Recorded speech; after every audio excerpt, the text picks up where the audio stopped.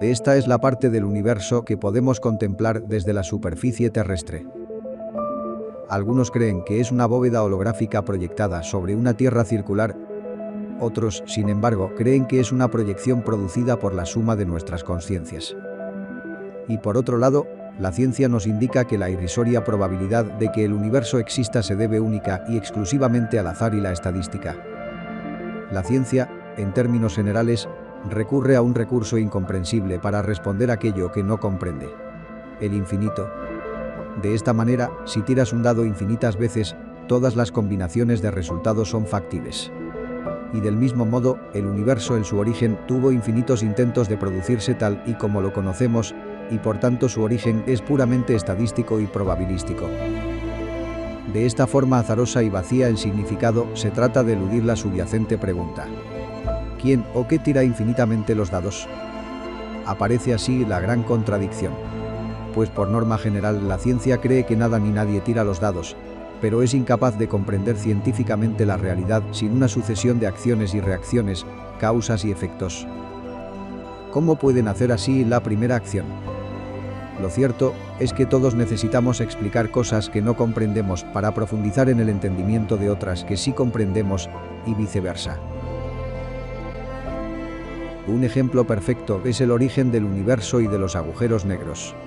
Estos se originan debido a lo que se denomina como singularidad. Una singularidad se produce en un lugar donde el volumen de la materia es cero, pero su densidad es infinita. Es decir, un lugar donde la densidad de la materia y la curvatura del espacio-tiempo se tornan infinitos y no puede ser comprendido desde un punto de vista físico-teórico. De tal modo, se concibe un modelo científico a partir de un hecho inconcebible científicamente. Según la teoría del Big Bang, nuestro universo nace de esta singularidad, un punto de volumen cero donde la materia y su densidad se tornan infinitas. Y antes de esta, no había nada. Ya que fue el colapso de esta singularidad lo que produjo lo que entendemos como tiempo y espacio. Por tanto, según esta teoría, el universo se estaría expandiendo a través de nada, y su expansión lo crearía todo. Entonces, la probabilidad de que esta singularidad produjera lo que entendemos como universo es prácticamente cero. Porque de forma probabilística y estadística, se puede entender el origen del universo como una única combinación resultante de infinitas combinaciones posibles. ¿Y cuál es el resultado de uno partido al infinito? Determinamos entonces la improbabilidad original del universo. Por tanto, cada cosa que sucediera después de su origen sería de por sí más improbable. La aparición de quarks y gluones, cada combinación de estos en bariones como los protones y neutrones, la combinación de estos luego con electrones para formar átomos, cómo se combinan para formar elementos, y así todas las sucesivas combinaciones para formar lo que entendemos como materia. Cada hecho de por sí es improbable, y según se van sumando todos sucesivamente, se tornan cada vez más y más improbables en conjunto. Es el equivalente a tratar de alcanzar un cero infinito.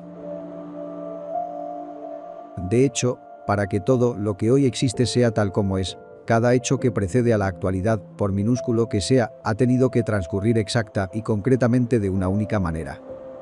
Como en un efecto mariposa, cambiar cualquier hecho del pasado afectaría exponencialmente al orden de los hechos según se avanzara hacia el futuro.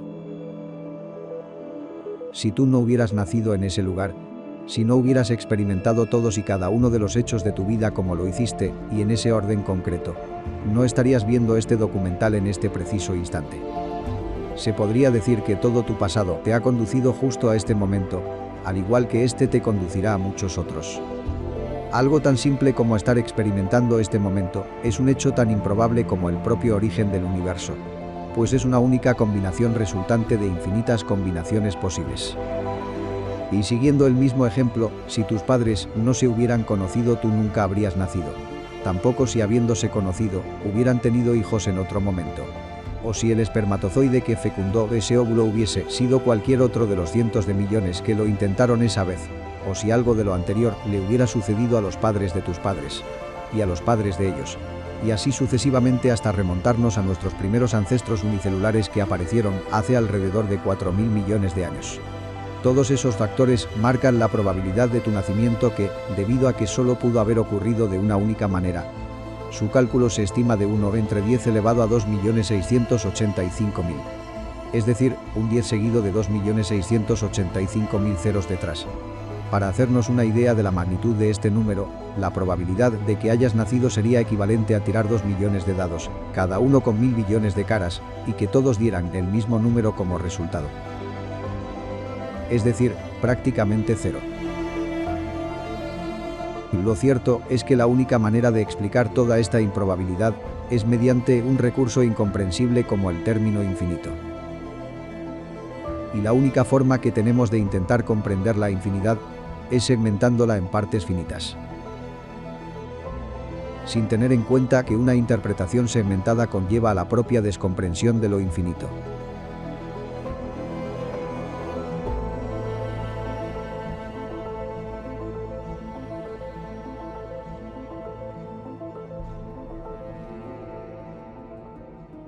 La probabilidad y la estadística nacen de dicha segmentación.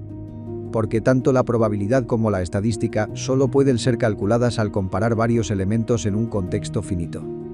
O dicho de otro modo, una cosa puede ser más probable que otra, pero solo resulta más o menos probable por ser comparada con otra cosa en un lapso de tiempo limitado. Por eso la probabilidad y la estadística dejan de ser verdaderamente funcionales en un sistema que estuviera regido por lo infinito, porque de así hacerlo, se podría determinar que absolutamente todo tiene exactamente la misma probabilidad. 1 partido al infinito. Y aunque sea más probable que se produzca una piedra de forma irregular a una con forma totalmente simétrica, si ese suceso en concreto puede darse infinitas veces, quiere decir que ambos contienen la misma probabilidad. Solo cuando son comparados entre sí en un contexto finito para medir la realidad, resulta ser uno más probable que el otro. Y aunque matemáticos se aferrarían a que hay infinitos mayores que otros, nuevamente solo resultarían serlo al ser comparados entre sí en términos finitos, pues esencialmente serían indiferenciables.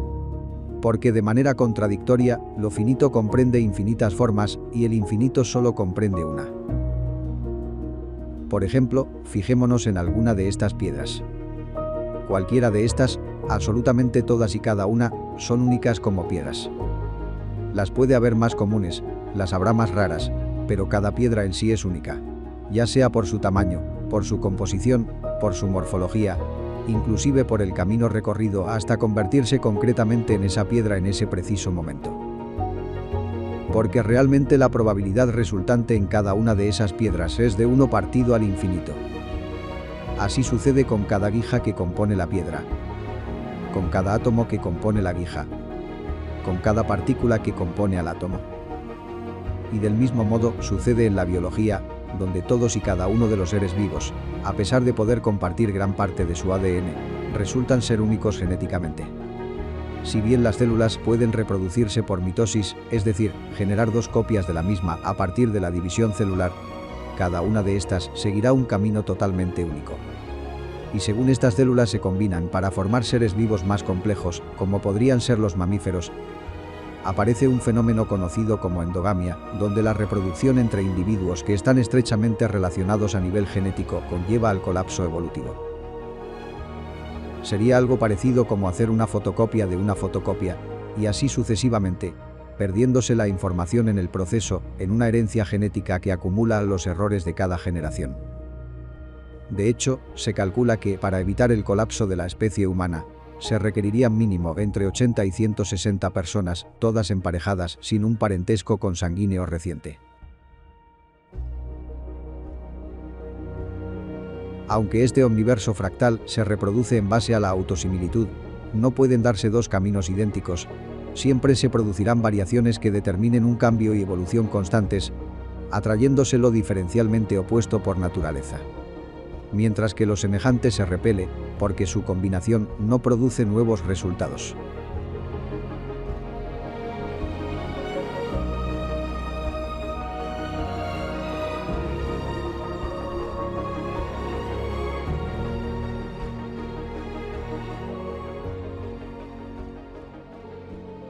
Sin embargo, cuando tratamos de comprender el infinito, nos referimos a algo que es único y que a su vez es múltiple.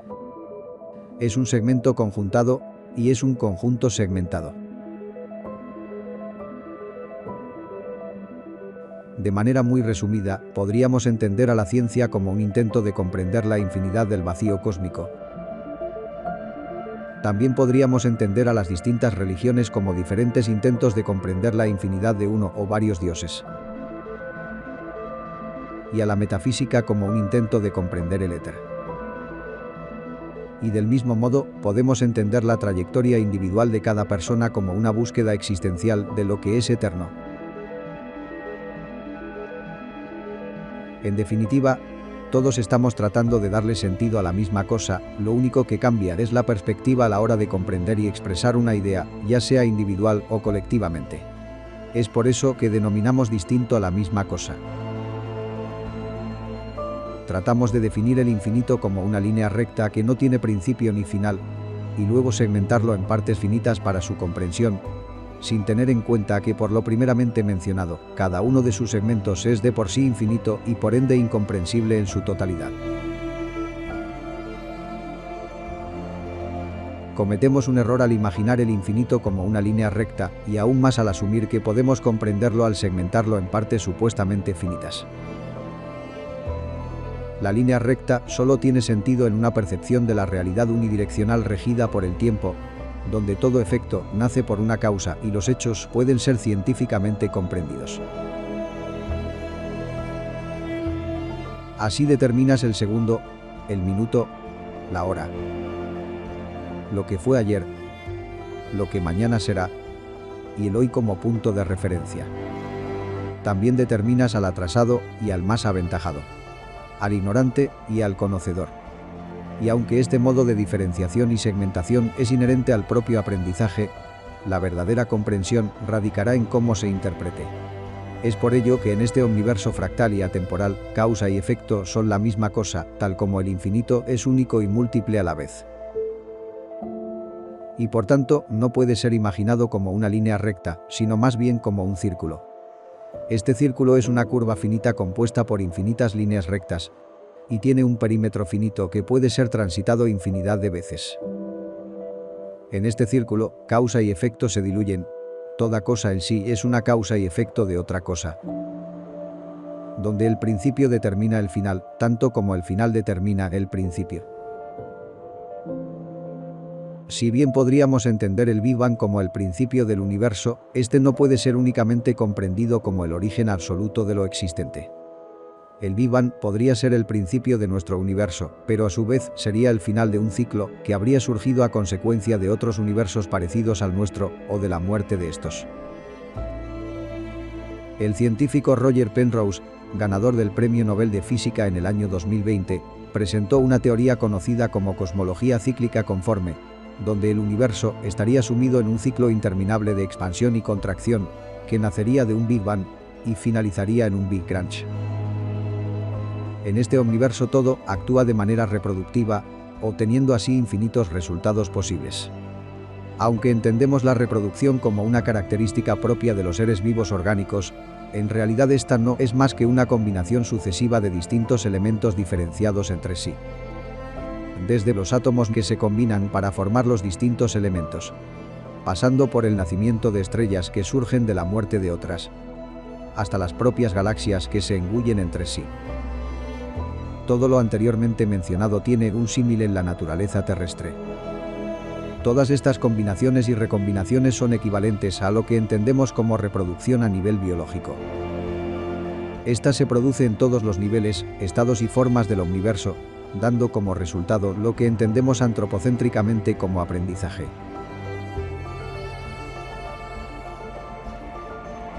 El aprendizaje en términos universales es la selección concreta entre distintas combinaciones, y de forma equivalente el aprendizaje humano es la concreción de un concepto o idea a partir de diversas combinaciones posibles.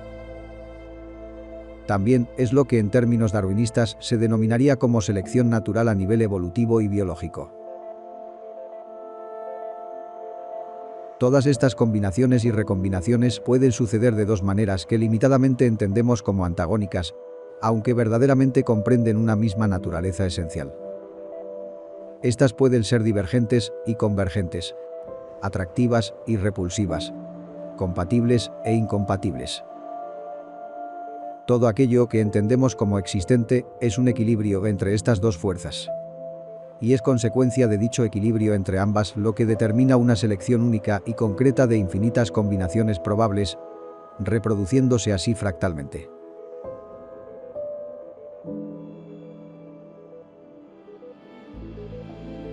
El equilibrio universal es como una melodía perfecta inherente a la naturaleza, una sinfonía que promueve una armonía entre la materia y la energía. Es la capacidad de un objeto para mantenerse en equilibrio, ya sea en reposo o en movimiento constante, mediante la acción de fuerzas opuestas que se contrarrestan entre sí. Como si la naturaleza hubiera encontrado la clave para crear un baile perfecto, una coreografía carente de errores y tropiezos. Una equilibrada danza cósmica entre las partes y su conjunto, entre el conjunto y sus partes. A nivel microscópico, la estabilidad de los núcleos atómicos se debe a un fino equilibrio, resultado de dos fuerzas opuestas: la nuclear débil y la nuclear fuerte. Una es atractiva, agrupando las partículas y permitiendo la formación de los núcleos, mientras que la otra es repulsiva y promueve la desintegración beta. Si se variara ligeramente la intensidad que estas dos fuerzas ejercen la una sobre la otra, la formación de núcleos atómicos estables sería inviable. Alrededor de estos núcleos atómicos se forma una nube de partículas compuesta por una cantidad ingente de electrones que giran alrededor. Nuevamente, se produce una delicada relación entre el interior y el exterior que permite la aparición de átomos estables. Por un lado, los protones y neutrones que forman el núcleo están tan concentrados que apenas ocupan el 0,1% del espacio atómico, aunque representan el 99,9% de la masa total. Y por el contrario, la nube de partículas ocupa el 99,9% del espacio, pero solo alberga el 0,1% de la masa atómica. Si el núcleo fuese más grande o la nube demasiado densa, los átomos no podrían producirse de manera estable. Cuando estos átomos se agrupan y combinan entre sí, son capaces de formar estructuras más complejas que denominamos moléculas. Las moléculas, al igual que los átomos, se ven influenciadas opuestamente por fuerzas atractivas y repulsivas, lo que permite o impide que las moléculas se combinen unas con otras. Aumentar o disminuir la intensidad de alguna de estas fuerzas respecto a la otra repercutiría en la capacidad que tienen las moléculas de agruparse entre sí para formar estructuras estables más complejas, impidiendo la formación de la materia. Según la intensidad en que se agrupan las moléculas, se forman los distintos estados de la materia, siendo el sólido una agrupación concentrada, mientras que su antagónico, el estado gaseoso, es una agrupación dispersa. El estado líquido de la materia es como un punto intermedio, un equilibrio entre lo concentrado y lo disperso. Es aquí donde todo lo anteriormente mencionado cobra especial relevancia para nosotros, porque es justamente en ese estado líquido, donde una sustancia tan particular y característica como es el agua, se convierte en el caldo de cultivo idóneo para que emerja la vida orgánica.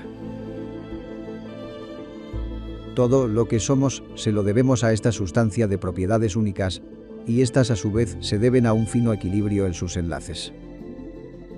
Por un lado, si se aumentaran los enlaces atómicos en la molécula de agua, haría de esta una estructura más estable y difícil de romper, aumentando su resistencia y cohesión y afectando a su capacidad para disolver solutos y participar en reacciones químicas fundamentales para la vida.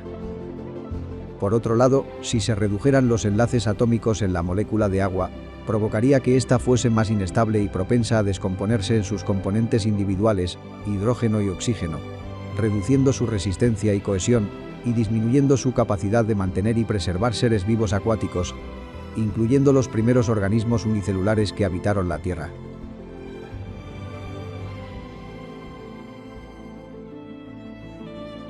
La naturaleza universal es un equilibrio perfecto de fuerzas opuestas que actúan en armonía para crear y mantener la vida. Desde los núcleos atómicos hasta las moléculas y la propia materia, cada nivel de organización depende de una serie de factores que deben mantenerse en un fino equilibrio para garantizar su evolución en niveles más complejos.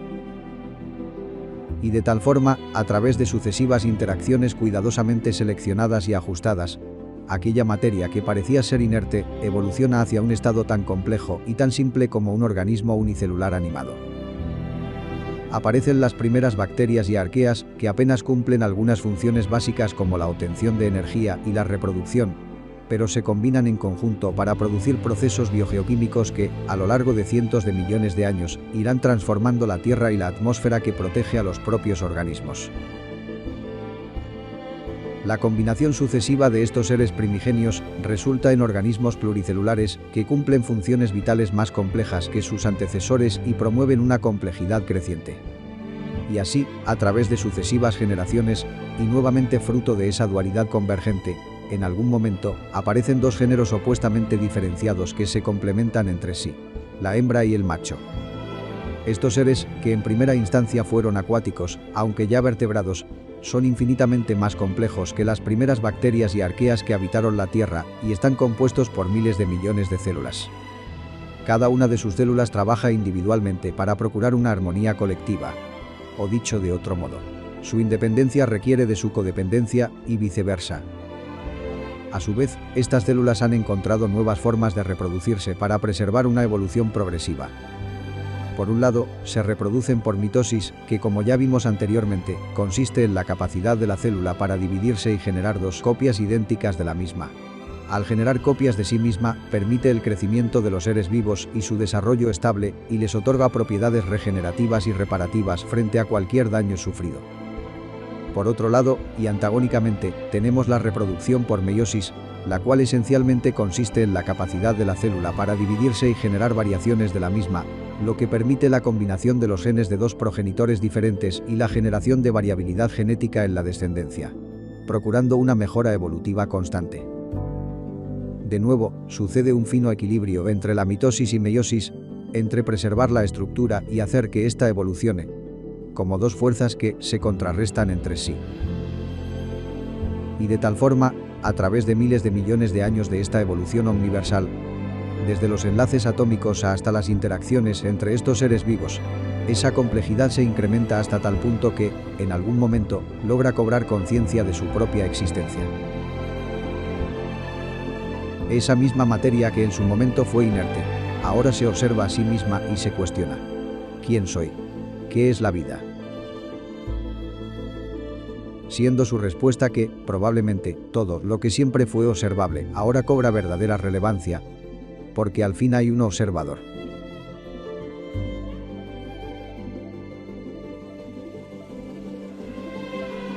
Un observador consciente que solo se diferencia del resto de elementos por su mayor complejidad estructural y por la cantidad de iteraciones que le preceden en los distintos niveles de organización. Siendo que el nivel de organización que procura un sistema estable y consciente como el de un ser humano, solo es otro peldaño más de una escalera que, desde nuestra perspectiva, pareciera promover una infinita complejidad creciente. Este observador, al igual que la propia naturaleza universal, se adentrará en una evolución progresiva de obtención y síntesis del conocimiento, mejorando continuamente su comprensión respecto a la realidad que habita, hasta el punto de que su aprendizaje le conduzca a realizarse de la ilusión inherente a la dualidad.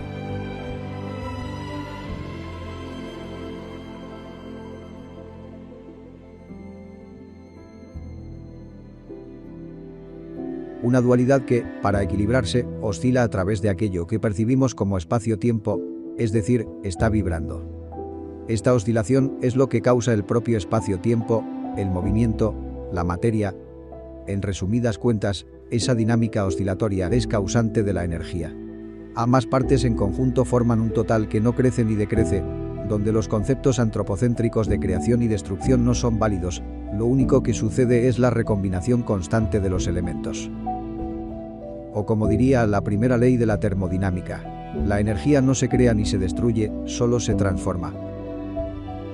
Para poder valorar estas dos fuerzas opuestas, requeriremos siempre de conceptos antagónicos. Una atractiva, la otra repulsiva. Una de empuje, la otra de resistencia. Una es la que separa, la otra es la que une. Nuestras mentes tratan constantemente de comparar y contrastar entre sí los elementos antagónicos que conforman su realidad, dando lugar a la concreción y la definición. Por eso, cuando visualizamos esta imagen fractal, podemos determinar distintas figuras delimitadas unas de otras, aunque todas estas forman parte de una única figura. Al igual que con el concepto del infinito, un fractal es esencialmente único, aunque puede estar compuesto por infinitas formas. Lo que diferencia la interpretación positiva de la negativa es lo mismo que diferencia visualizar este fractal desde una perspectiva interior o exterior. De tal forma, lo que produce el flujo del tiempo es el equivalente a ampliar la perspectiva del fractal. El pasado es aquello que queda atrás y dejas de ver, el futuro aquello que va emergiendo a través de un cambio constante. Y del mismo modo, las dimensiones y tamaños son producto de la comparación entre las distintas figuras que conjuntan el fractal, equivalente al flujo del tiempo.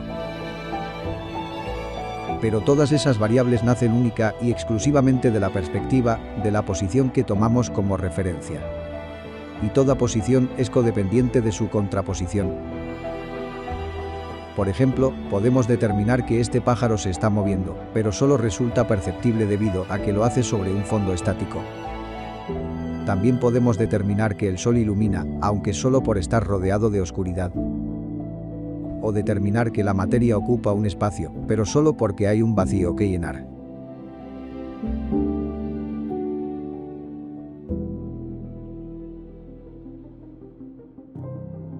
Sin embargo, nuestra forma de percibir la realidad está condicionada por el enfoque único. Si bien nuestras mentes pueden procesar la suma de dos elementos contrapuestos para idear nuevos conceptos, nuestra percepción unidireccional de la realidad limita nuestra comprensión, pues solo somos capaces de fijarnos en una de las partes opuestas. Podemos usar esta imagen para simplificar lo anteriormente explicado. Si fijas tu atención en el color blanco de la imagen, serás capaz de visualizar la silueta de una copa. Mientras que, si fijas tu atención en el color negro, podrás visualizar la silueta de dos caras de perfil contrapuestas. Si tratamos de observar ambas a la vez, nuestra mente será incapaz de concretar. Siempre estará condicionada a sesgar la información, fijándose e identificándose solo en una de las partes. Sin embargo, cuando interpretamos la información de esta forma sesgada, nos creemos con derecho a tener la razón circunstancial de los hechos. Así creemos que debe reinar el bien y desaparecer el mal, que el único camino es hacia la paz y no la guerra, y que el orden debe prevalecer sobre el caos. Pero no se puede hacer el bien sin contraponerse a lo que está mal, ni se puede alcanzar la paz sin estar en guerra, ni puede surgir un orden si no es del propio caos. ¿O acaso no son suficientes los ejemplos históricos donde promover el amor hacia unos despierta el odio hacia otros? De naciones que subyugan a otras en nombre de la libertad, de la exclusión del individuo en pro del colectivo y la exclusión del colectivo en pro del individuo, de gente de paz que toma las armas y de guerreros que luchan por la paz. Pues lo cierto es que el sol solo ilumina debido a que está rodeado de oscuridad, porque la misma línea que separa a la luz de la oscuridad es justamente la misma línea que las une. O como diría la tercera ley de Newton sobre la termodinámica, toda acción genera una reacción de igual intensidad, pero el sentido opuesto. Pues toda creación lleva implícita a la destrucción y viceversa. El problema reside entonces en la falsa creencia de que lo bueno debe erradicar lo malo, que la luz debe imponerse e imperar sobre la oscuridad. Pues en realidad no hay combate alguno, no se trata de una competición, solo es una danza cósmica que procura un fino equilibrio entre el individuo y el colectivo, entre la parte y el conjunto. Son dos caras de la misma moneda que nosotros antropocéntricamente las diferenciamos entre lo que está bien y lo que está mal. Del mismo modo, sucede con la imagen del ejemplo anterior. La copa solo resulta ser tal por las caras de perfil que la rodean, y estas de tal modo deben su forma a la de la copa. Se necesitan mutuamente para ser percibidas tanto en conjunto como por separado, pues son como el movimiento del pájaro sobre el fondo estático. Si una erradicara a la otra, ambas perderían su forma y sentido. Pues toda posición es constituyente de su contraposición y viceversa. De ello no quiere decir que, como humanos habitantes de esta realidad dual, no debamos diferenciar entre lo bueno y lo malo, o que no debamos promover la unión en un mundo cada vez más fragmentado, o descartar la ética y la moral sujetas al propio contexto sociocultural. Pero sí tal vez entender que el amor más profundo y verdadero, así como lo tenemos asimilado, en realidad no es inherente a lo bueno, ni tampoco a lo malo, sino que es trascendente a la dualidad al comprenderse ambos elementos como codependientes de su existencia para que todo sistema mejore y evolucione. Porque en realidad toda ganancia en un sentido supone una pérdida en sentido opuesto y viceversa. Estamos acostumbrados a enfocarnos únicamente en nuestras victorias, más aún en las derrotas. Pero no solemos pensar en lo que perdemos cuando ganamos, ni en lo que ganamos cuando perdemos. Pues lo cierto es que nunca se gana y nunca se pierde, solo se cambia de perspectiva. Tal como lo hace la energía, que solo se transforma. Si el mal y el bien fueran sonido, uno sería de tono grave y el otro de tono agudo, pero siempre requerirían de llenar un silencio para ser armonizados. Y es justo en ese silencio donde residen el amor y la comprensión, donde ambos tonos habitan para formar un todo que emerge de la nada.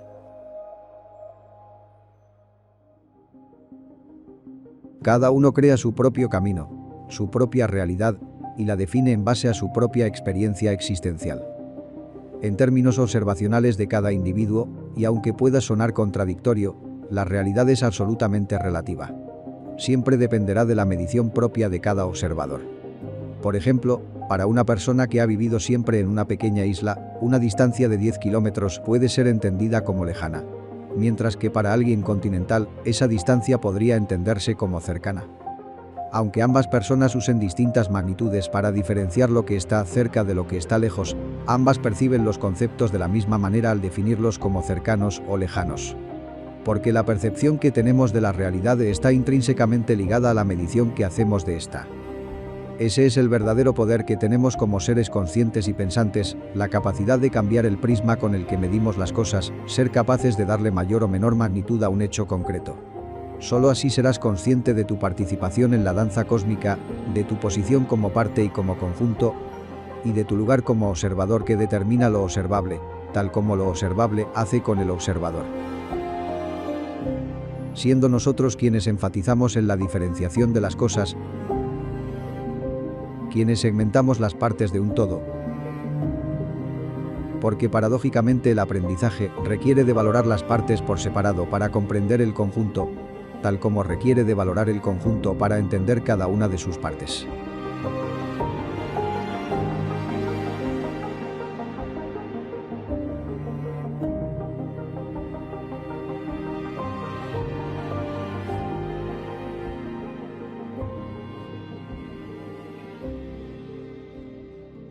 Sería el equivalente a leer un libro. Cada capítulo tiene un sentido separado del resto, y según avanzamos la lectura por cada uno de estos, comprendemos mejor el libro en su totalidad. Así como comprender el libro en su totalidad nos ayuda a entender el porqué de cada capítulo. Un libro con miles y miles de palabras, y cada palabra que lo forma compuesta de varias letras, letras que por separado no otorgan ningún tipo de información, pero que cuando se combinan en un orden concreto pueden transmitir información. Las letras solo obtienen un valor individual cuando se combinan para formar una palabra, y la palabra como conjunto solo obtiene su valor por cada una de las letras que la compone individualmente. De hecho, el omniverso sería como una especie de sopa de letras, donde existen infinitas letras con infinitas trayectorias, todas superpuestas en un estado que comprenderíamos como caótico y relativo.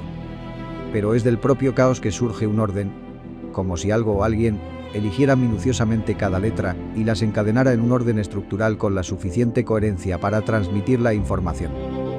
Evolucionando al combinar las letras en palabras, las palabras en frases y las frases en párrafos. Y así sucesivamente, tornándose en una estructura de cada vez más y más compleja. Donde la mínima parte contiene exactamente la misma información que la máxima parte.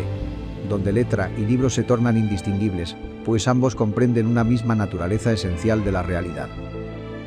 Porque al fin y al cabo, la función básica de todo lenguaje consiste en la transmisión de información. Y por esto mismo es que tanto el emisor como el receptor cobran protagonismo, pues este antagonismo entre las partes es justamente lo que permite el flujo de dicha información. El lenguaje es un medio para transportar la información entre distintos elementos, que procura el aprendizaje y la evolución del sistema en su totalidad. Los humanos, por tanto, formamos parte de ese lenguaje universal, y por ende estamos condicionados a seguir su misma dinámica. Muchas han sido las revoluciones que marcaron puntos de inflexión en nuestra historia como humanidad, desde la manipulación del fuego hasta el descubrimiento de la rueda, desde el origen de la agricultura hasta la mismísima revolución industrial. Sin embargo, todas estas revoluciones solo son consecuencia directa de una revolución mucho más profunda, que está ligada al uso que hacemos de la información. Desde homínidos que usaban signos y onomatopeyas para comunicarse, pasando por trogloditas que habitaban cavernas y dibujaban las paredes, hasta la formación de un protolenguaje capaz de evolucionar y transmitirse oralmente entre sucesivas generaciones. Del individuo al colectivo, desde la prehistoria a la era digital que gobierna la actualidad, toda nuestra evolución tecnológica y sociocultural es definida por el uso que hacemos de la información, conduciéndonos irremediablemente a tratar de agilizar los procesos de comunicación entre los distintos elementos, creando de cada vez una red de información más y más compleja entre los individuos a través del progreso social y tecnológico, e inclusive biológico. Como las neuronas que se interconectan dentro de nuestros cerebros, comunicándose entre sí en una combinación compleja que da lugar a algo tan fascinante como una mente.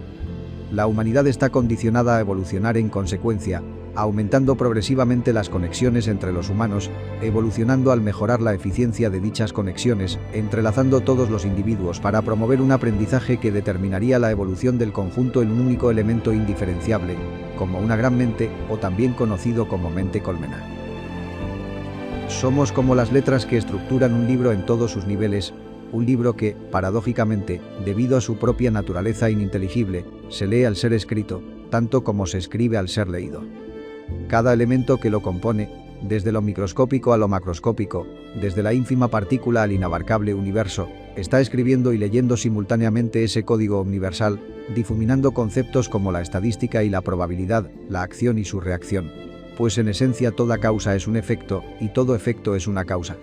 Porque estaríamos predestinados a ampliar sucesivamente las conexiones entre los elementos que componen el universo y nosotros mismos, hasta posiblemente lograr sumergirnos en la gran conciencia que gobierna la realidad ininteligible, hasta el punto de ser incapaces de distinguir entre una piedra y las guijas que la componen, pues formaríamos parte de todo, estaríamos detrás de cada cosa.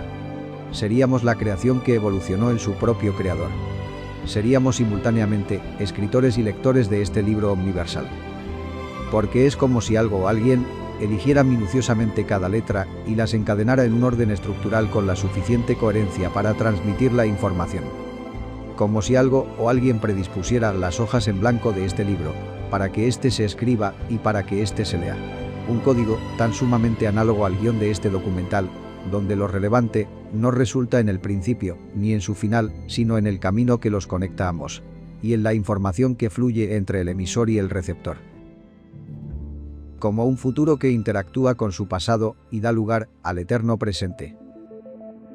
Tenemos una conciencia local que nos delimita mucho, que tenemos un prisma de visión muy estrecho. Y cuando están dentro de la vivencias y experiencias alrededor de la muerte, su visión es tan amplia. Dicen que forman parte de todo el mundo, es decir, que forman parte del todo. Se sienten que están integrados, que es un conjunto, es un fractal. Aquí interviene el concepto de fractal de Mandelbrot, que introdujo el matemático. Es decir, que es un fractal, que es una parte, pero de un holograma total, y que ellos forman parte. Es decir, que somos todo, formamos parte de todo. Esto lo explicó muy bien James Lobley con el Gaia, el concepto Gaia, que el universo es una superestructura totalmente interconectada e interrelacionada. Esta es la parte del universo que podemos contemplar desde la superficie terrestre. Una intrincada red de proporciones inconmensurables que reproduce la vida en infinitas formas y que a lo largo de eones ha ido evolucionando hasta resultar en un pequeño punto azul al que llamamos hogar. La Tierra, a su vez, también ha sufrido incontables transformaciones a lo largo de su historia. Antes de la aparición de los seres vivos, la atmósfera estaba repleta de CO2 y los mares se coloreaban de marrón ferroso. Sin embargo, la aparición de cianobacterias cambió radicalmente el rumbo evolutivo de nuestro planeta. Estos microorganismos, pioneros en la biología terrestre, habitaban las costas marinas y se alimentaban del CO2 de la atmósfera, y a cambio, disociaban esta molécula en sus elementos básicos, carbono y oxígeno. El oxígeno que se acumulaba en los mares comenzó a oxidar el hierro disuelto en el agua, provocando que éste se precipitara a los fondos marinos y tornando el color de los océanos al azul que conocemos hoy día. Durante miles de millones de años, este proceso contaminó también la atmósfera de oxígeno e implementó el propio carbono a los organismos, marcando así el rumbo evolutivo que seguiría la vida en la Tierra. En su transcurso, emergieron nuevas formas de vida marinas como las algas, que mediante la fotosíntesis produjeron procesos biogeoquímicos capaces de transformar el fondo marino, creando el hábitat idóneo para la aparición y desarrollo evolutivo de diferentes tipos de vida más compleja, como moluscos y equinodermos. Cuando estas algas se adaptaron para colonizar el ambiente terrestre, evolucionaron en estructuras más complejas que denominamos plantas, que al expandirse y propagarse, acondicionaron y fertilizaron el suelo, propiciando así los nutrientes necesarios para que seres acuáticos se adaptaran también para colonizar la superficie. Así es como, mediante un sinfín de relaciones recíprocas entre el entorno y los seres que lo habitan, la Tierra se convirtió en ese diminuto punto azul al que llamamos hogar.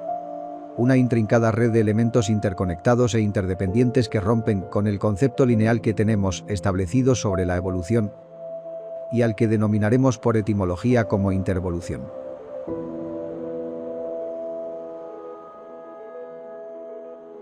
La intervolución está intrínsecamente ligada al concepto de la fractalidad, pues sugiere que todo individuo es un entorno en sí mismo, así como todo entorno es en esencia un individuo. La adaptación sería un proceso multidireccional, donde tanto el conjunto como las partes actúan recíprocamente en su desarrollo evolutivo. Podemos entender esta adaptación recíproca como una tendencia hacia la armonía vibracional entre lo local y lo general, entre el individuo y su entorno. Esta idea intervolutiva trasciende más allá de la biología y es inherente al propio funcionamiento del universo.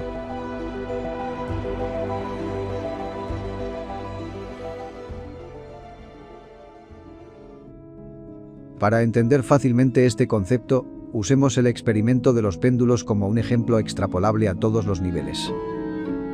Podemos imaginar la base como el entorno, y a los péndulos como los individuos, e imaginar su movimiento oscilatorio como la evolución que siguen a través del tiempo. Cuando el sistema entra en funcionamiento, tanto las partes como el conjunto se están influyendo multidireccionalmente entre sí, provocando una tendencia hacia la sincronía y armonización, tanto local como general. Este conjunto de péndulos, al sincronizarse como individuos, generan un colectivo que actúa como un único péndulo. Si ampliáramos nuestra perspectiva, nos percataríamos que esta sucesión de péndulos es fractal e infinita. Cuando uno de estos se desajusta, provoca una perturbación que se propaga como una ola y rebota multidireccionalmente por el resto de niveles pendulares hasta reequilibrarse. Esta es la imagen más cercana al concepto de intervolución, una interconexión e interdependencia en el funcionamiento omniversal. Este proceso intervolutivo se extrapola a cualquier tipo de cambio y progresión. En el contexto sociocultural, a lo largo de nuestra historia, han aparecido grandes genios y pensadores que, como si se tratara de mutaciones genéticas en el ADN colectivo, impregnan la sociedad con sus ideas y son capaces de redireccionar el rumbo de la civilización en su conjunto. Sin embargo, a su vez esos genios y pensadores fueron influenciados por la sociedad y el entorno que les tocó experimentar en su época, y sus ideas fueron el resultado de una interacción recíproca entre el sujeto y su entorno. Esas ideas son como semillas que germinan la tierra, brotando y floreciendo si las condiciones son adecuadas, hasta desarrollar sus propias semillas que continuarán con el interminable ciclo de germinación. Y de tal modo, sucede en el ámbito de la tecnología, donde eventualmente aparecen descubrimientos e inventos que, nuevamente como si se tratara de mutaciones, son capaces de alterar y reestructurar la sociedad, y servirán sucesivamente como base para impulsar nuevos descubrimientos e invenciones. Estos irrumpen desde la propia sociedad y provocan ese desajuste que se propaga como un eco por el entorno y lo modifica. Solemos concebir la progresión tecnológica como algo artificial que nos separa de la naturaleza, cuando el ser humano y su tecnología solo es una herramienta más de la naturaleza para obtener resultados que de otra forma no podría. El problema no reside en la tecnología ni en el progreso sociocultural, sino en el uso que hacemos de la tecnología para progresar como sociedad.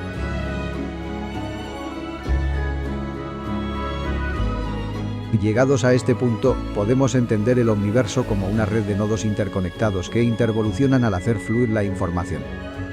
Cada entidad, ya sea microscópica o macroscópica, es fundamentalmente capaz de recibir, almacenar y transmitir la información mediante lo que entendemos como energía.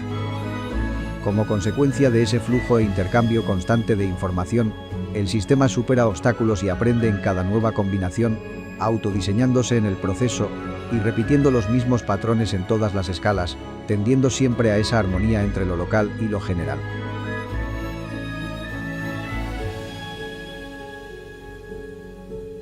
Surge así lo que entendemos como mente, la cual no estaría sujeta ni requeriría de un cerebro para producirse, sino que también es inherente al funcionamiento omniversal. Esta idea, tan antigua como el hermetismo, se contempla como el principio de la mentalidad. Una noción que, solo en la actualidad, podemos comenzar a vislumbrar en profundidad.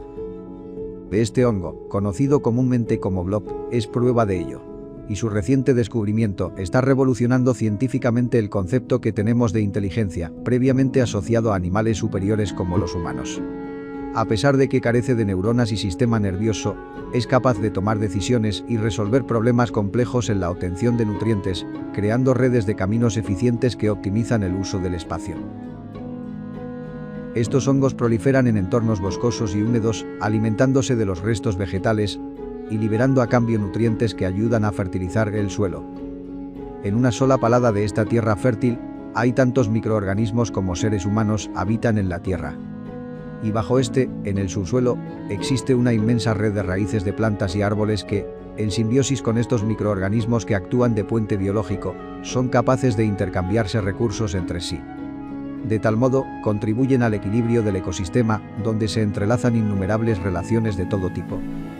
Desde hormigas legionarias, capaces de establecer jerarquías sociales con roles diferenciados y de superar obstáculos colectivamente, pasando por los estorninos, que regulan la población de estas hormigas y realizan vuelos sincronizados para protegerse de depredadores más grandes que también regulan su población. Y llegando a escalas planetarias, donde el polvo del Sáhara es transportado por miles de kilómetros hasta el Amazonas, fertilizando la tierra con minerales que enriquecen su biodiversidad y contribuyendo a la regulación del clima y la habitabilidad de la atmósfera de la Tierra en general. Todos estos ejemplos respaldan dicho principio hermético de la mentalidad, que sugiere textualmente que el todo es mente, así como todo es mental. Dicho con otras palabras, el omniverso funcionaría como una mente en todos sus niveles y, a su vez, sería producto de la mente.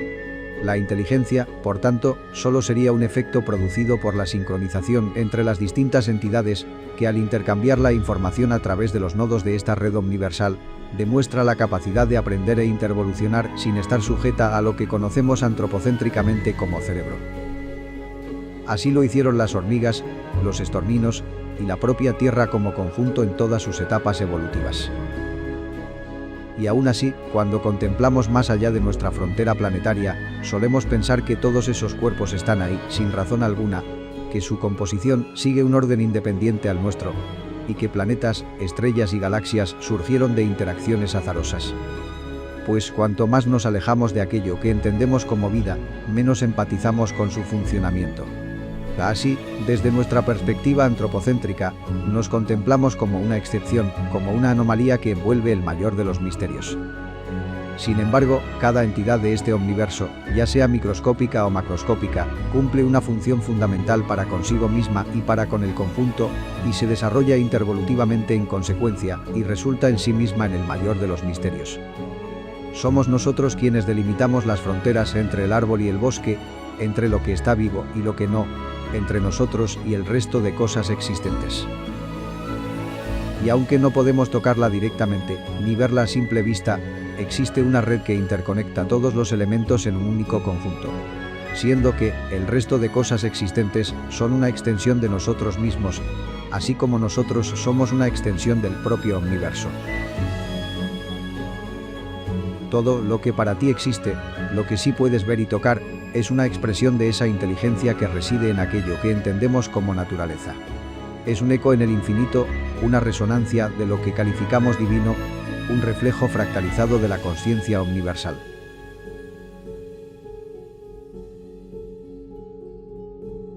En términos técnicos, podríamos afirmar que vivimos inmersos en lo que podría denominarse como una simulación retroactiva. Es decir, no habría una entidad externa ejecutando la simulación, sino que sería el propio tejido del omniverso que actúa como un sistema autónomo que se simula y retroalimenta de sí mismo. Así, la ejecución de la simulación y la simulación estarían intrínsecamente vinculadas, influyéndose mutuamente. Dicho de otra manera, sería como una escultura que se moldea a sí misma. Al moldearse, toma forma, y al tomar forma, afecta en cómo se moldea. Debido a su naturaleza fractal, este proceso intervolucional sería iterativo, repitiéndose cíclicamente. En cada ciclo, el omniverso aprendería de sus experiencias y ajustaría sus parámetros en consecuencia. A través de un aprendizaje retroactivo, podría influir en el desarrollo de los siguientes ciclos. Por tanto, el omniverso estaría aprendiendo de sí mismo y según repitiera este proceso, eventualmente adquiriría y manifestaría autoconsciencia. Esta autoconsciencia se proyectaría a través del tejido omniversal, fragmentándose en partes prácticamente infinitas que actuarían como su reflejo en diferentes niveles. Y así, a lo largo de incontables generaciones omniversales de expansión y contracción, en algún punto se produciría una omnisciencia que, haciendo uso de su omnipotencia y omnipresencia tanto espacial como temporal, se estaría dando origen a sí misma en primera instancia, y provocaría lo que para nosotros se entendería como la primera acción de todas. Pues el final determinaría el principio, tanto como el principio determina el final. Sin embargo, para dicha omnisciencia, no habría principio ni final, sino que estaría experimentando un infinito donde el instante sería eterno, y la eternidad duraría un instante. No existiría un elemento anterior o posterior a otro, sino que todo estaría sucediendo al unísono y su forma de experimentar la realidad sería antagónica a la nuestra y por ende, incognoscible. Sería justamente por estar percibiendo todo al mismo tiempo que sería incapaz de percibir nada. Y sería por residir en todas las cosas que no tendría posición. Por tanto, necesitaría fragmentarse en conciencias lineales y finitas capaces de segmentar el infinito, de sesgar y limitar su información, y de crear una perspectiva única a través de la experiencia propia de cada consciencia. Estas conciencias locales serían como las letras que componen un libro en todos sus niveles. Un libro que, paradójicamente, se lee al ser escrito, tanto como se escribe al ser leído. La omnisciencia sería como sus páginas en blanco, donde las letras se combinan en innumerables formas para contar incontables historias. De tal forma, conceptos que entendemos antagónicamente como el libre albedrío y el destino, cobrarían una nueva dimensión conceptual. La casualidad y la causalidad serían un solo concepto que iría más allá de nuestra concepción lineal y racional de la realidad. En este intrincado tejido omniversal, podríamos imaginar la cima de una montaña como la manifestación de esa omnisciencia, un punto donde convergen la totalidad de las experiencias y elecciones que se despliegan por este vasto tapiz cósmico. Esa cima, destino y origen a la vez, puede ser alcanzada por infinitos caminos que representan la experiencia propia de cada ser.